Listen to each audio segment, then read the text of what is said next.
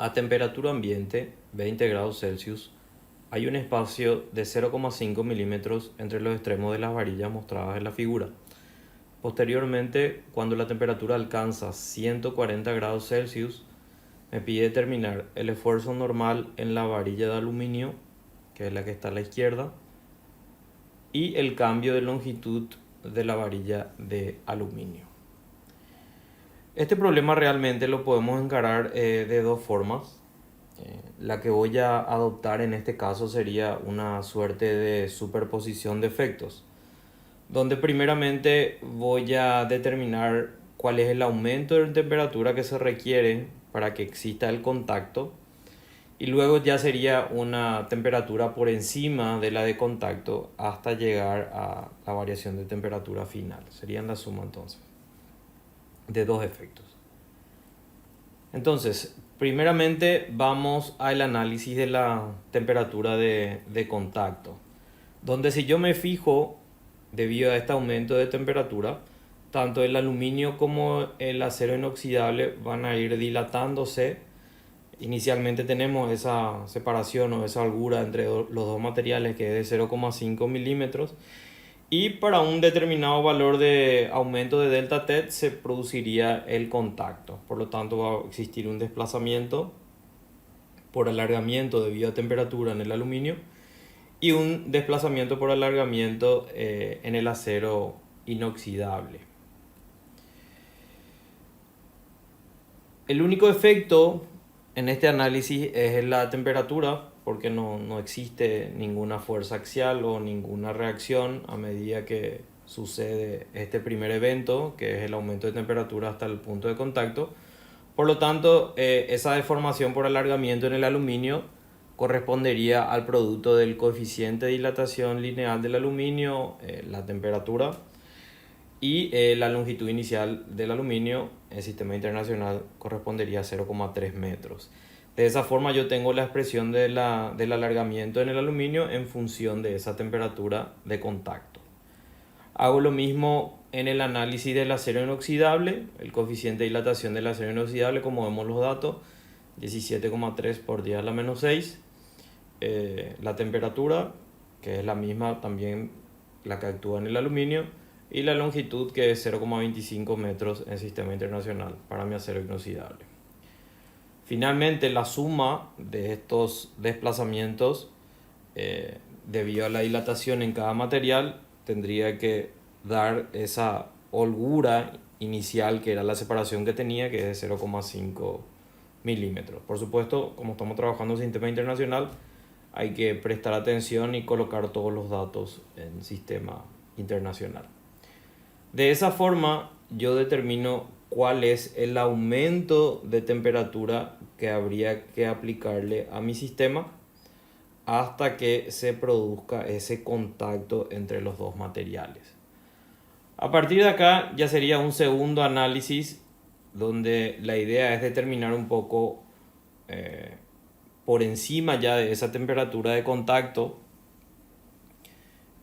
hasta llegar a ese 140 grados Celsius. Recordemos que el delta T de temperatura completo sería esa diferencia entre 140 y 20, ¿verdad? Por lo tanto, sería 120. Entonces, hacia ese 120 yo le resto este 44,54, yo quedaría ese remanente de delta temperatura hasta la temperatura final, que es lo que voy a analizar ahora a partir del contacto. Aquí tendría que trabajar con una hipótesis, quizás también haciendo una acotación de que no existe rozamiento ahí en el momento que se produce el contacto, o que el aluminio tiene una placa rígida, fina o delgada ahí, de tal forma que solamente exista una transmisión de fuerza. No es que el acero inoxidable penetra dentro del aluminio, ¿verdad? Sino que es más bien una transmisión de una fuerza, ¿verdad? En el equilibrio. Esa acotación me parece que es importante. A partir de ahí, entonces, donde se produjo el contacto, tengo que partir de una hipótesis, si es que la posición final de equilibrio va a ser que el aluminio termina hacia la derecha después del contacto, o que el acero inoxidable finalmente se deforma más, entonces el punto de equilibrio sería hacia la izquierda del punto de contacto. Esto tendría que ser una hipótesis, yo parto de la hipótesis de que va hacia la derecha, por lo tanto, después de que se produjo ya el contacto, esa deformación por alargamiento finalmente del aluminio en módulo tendría que ser igual a la deformación por acortamiento debido al acero inoxidable. Acá vamos a tener deformaciones tanto por esfuerzo como por temperatura en cada material y hay que analizar aquí la compatibilidad para poder igualar el módulo. Por lo tanto, cuando analizo esa deformación del aluminio, correspondería a esos dos términos que tengo ahí, donde el primer término corresponde a la deformación por temperatura, el coeficiente de dilatación del aluminio, 23 por 10 a la menos 6, como tengo el dato, alfa, por el delta T, que ya sería esa la diferencia del 44,54 cuando le resto ese delta T global que es 120, que me queda 75,46, por la longitud del aluminio que es 0,3. Ese primer término corresponde entonces a la deformación por alargamiento del aluminio.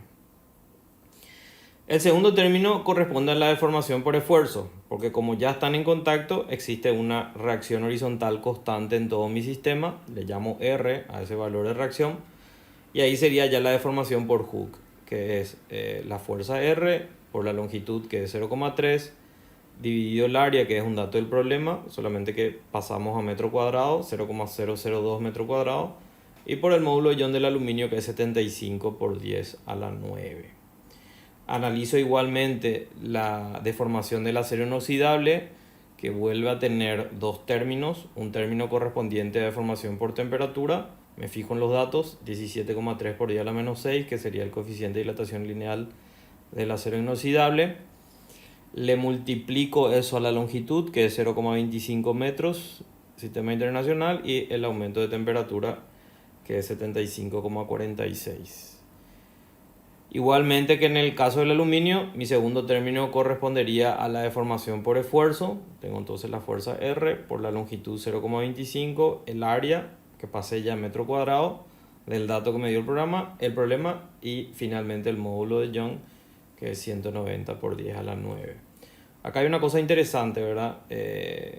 Estas ecuaciones que escribimos acá son vectoriales con el signo correspondiente al alargamiento por el delta T positivo y la deformación por acortamiento debido a que la reacción es negativa, ¿verdad? Pero cuando yo voy a igualar estas dos expresiones, necesariamente yo tengo que hacerlo en módulo. Entonces, cuando voy a igualar, voy a tener que multiplicar sí o sí por menos 1 la expresión del acero inoxidable, porque en principio, como yo dije que mi sistema va hacia la derecha, el acero inoxidable termina cortándose. Entonces, esa suma de DAC, que vendría a ser del acero inoxidable, es una cantidad negativa, según mi hipótesis. Entonces, para poder igualar, voy a tener que multiplicar por menos 1. Multiplico por menos 1 y de esa forma saco el valor de R, que me sale 232,4 kilonewton. De esa forma puedo calcular la tensión en el aluminio, que va a ser la fuerza dividido el área directamente. Me sale 116,2 megapascal. Y lo mismo en el acero. Entonces calculo tanto el acero como el aluminio, dividiendo con el área correspondiente, tengo la tensión. Faltaría quizás en estas respuestas acotar que son de compresión, ¿verdad? Una C ahí al lado o un signo negativo para que esté más completa mi respuesta, porque ambos esfuerzos son por supuesto de compresión. Y por último, me pedía ese desplazamiento final de mi aluminio, que con el valor de R también ya directamente podemos calcular de forma sencilla. Tenemos que atender nomás que realmente el aluminio ya tuvo una deformación inicial a partir del contacto y después hubo otro desplazamiento, ¿verdad? Ahí hay que atender bien cómo voy a considerar finalmente para responder el cambio de longitud de mi varilla de aluminio.